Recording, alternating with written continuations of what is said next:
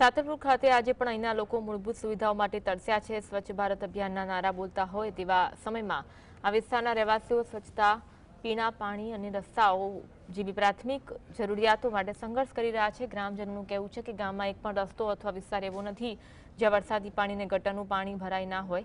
ભૂગર્ભ ગટરના ઉભરાતા પાણી રહેણાંક વિસ્તારો અને રસ્તાઓને ગંદા કરી મૂક્યા છે, જેના કારણે સ્વાસ્થ્ય સંબંધિત ગંભીર સમસ્યા ઊભી થઈ છે। आप लोग જોઈ રહ્યા છો સાતલપુરનું સ્વચ્છતા અભિયાન। આ છે સ્વચ્છતા અભિયાન।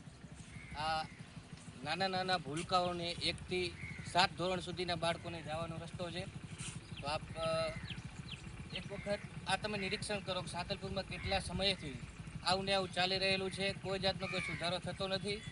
તો મારી સરકારને નમ્ર અપીલ છે કે સ્વચ્છતા અભિયાન ચલાવો તો સરખી રીતના ચલાવો। આપ જોઈ રહ્યા છો આ દ્રશ્ય, આવા દ્રશ્ય હું તમને સાતલપુરમાં અનેક લોકેશન સાથે મોકલીને હું તમને બતાવી શકું છું।